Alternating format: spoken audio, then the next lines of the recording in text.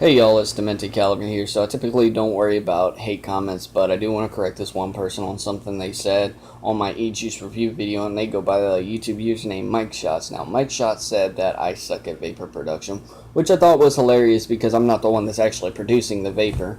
I mean, if you have any fucking common sense on vaping, you know that it's the coils and the wicking that work together to produce the vapor. Obviously, you have to have a power source, in my case, the SY260. But another thing that plays a factor in your vapor production is the type of e-juice you're using. If you're using a higher PG e-juice, you're going to have a thinner vapor. If you're using a higher VG e-juice, you're going to have thicker vapor. So what I was using was a 70-30 mix in the review video. So obviously the clouds aren't going to be that impressive. Another thing you have to take into account is I had it at 60 watts. The ramp up time was kind of slow. So that's why I usually, whenever I start my videos, when I do the initial cloud blowing, that's to actually get my coils warmed up to operating temperature. It's not to show off or anything, even though I kind of like it.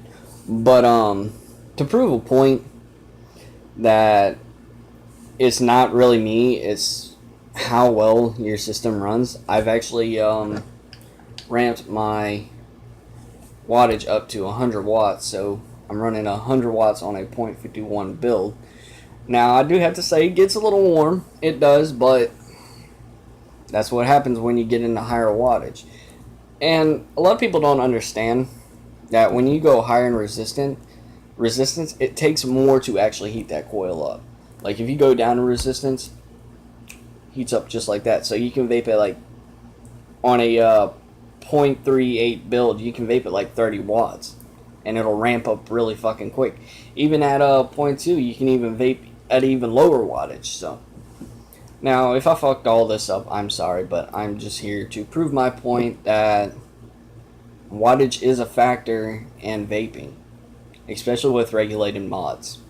So at 100 watts on a .51 build, using the Krampus Hydra Vape Juice. No, wait, I'm good.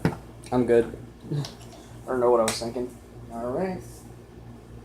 Let me go ahead and line up my air holes. This is wide open, guys. Making sure it's unlocked.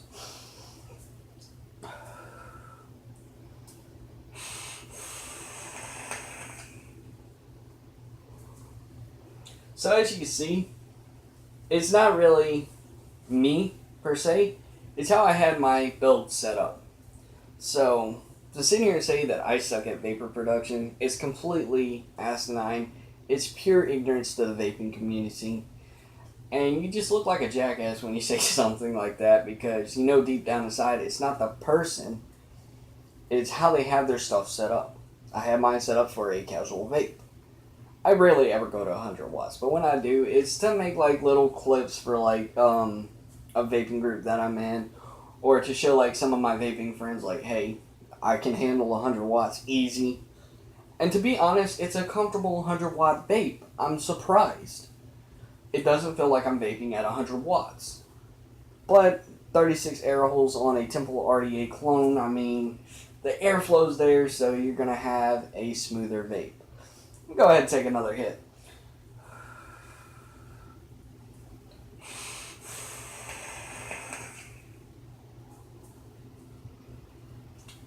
Yeah, it's a really smooth vape.